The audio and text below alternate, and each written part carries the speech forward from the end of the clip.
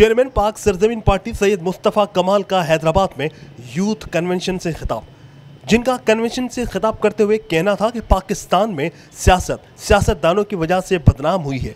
झूठ फरेब बदकार सियासतदानों ने अवाम को मायूस किया। मैं नौजवानों से कहता हूं कि वो पाकिस्तान का मुस्तकबिल है, मेहनत ईमानदारी को अपना मिशन बनाएं।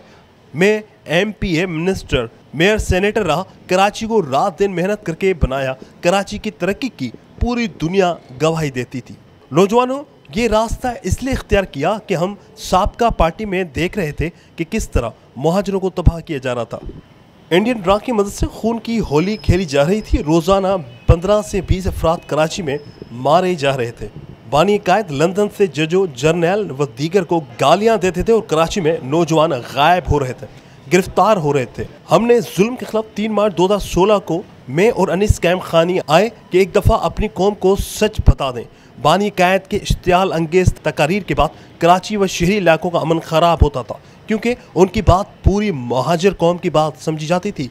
शोहदाए कब्रिस्तान में रोज़ाना लाश जाती थी। हमने इस जुल्म के खिलाफ मौत हाथ पर रखकर आवाज़ लगाई।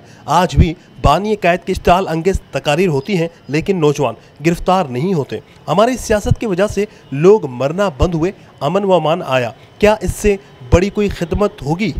पाक सरजमीन पार्टी के चेयरमैन सैयद मुस्तफ़ा कमाल का मजीद कहना था कि मैं चाहता हूँ कि नौजवानों, अब इस मुल्क के हालात को सुधारने के लिए तुम्हें अपना किरदार अदा करना है। पाक सरजमीन पार्टी तुम्हें भरपूर सपोर्ट करेगी। प्रोग्राम में यूथ तलबा व तालिबात की बड़ी तादाद मौजूद थी। यूथ कन्वेंशन में सदर अनीस अहमद कैम खानी, मरकजी रहनुमा अताउल्लाह कुर्द, मरकजी incharge youth wing Saeed Usman, member national council Nawab Rashid Ali Khan, Ejaz Ali, सदर डिवीजन नदीम काजी व दीगर भी मौजूद थे।